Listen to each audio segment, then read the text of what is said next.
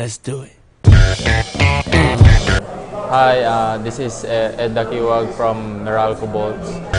Yeah. My idol is Michael Jordan. Na-intimidate akong kalaro is siguro Jason Castro because syempre alam natin mabilis siya, magaling. Favorite food, adobo, and then sinigang. Song famous by Kanye West. Celebrity crush, maybe RC Munoz. Hobbies outside basketball is maybe watch movies.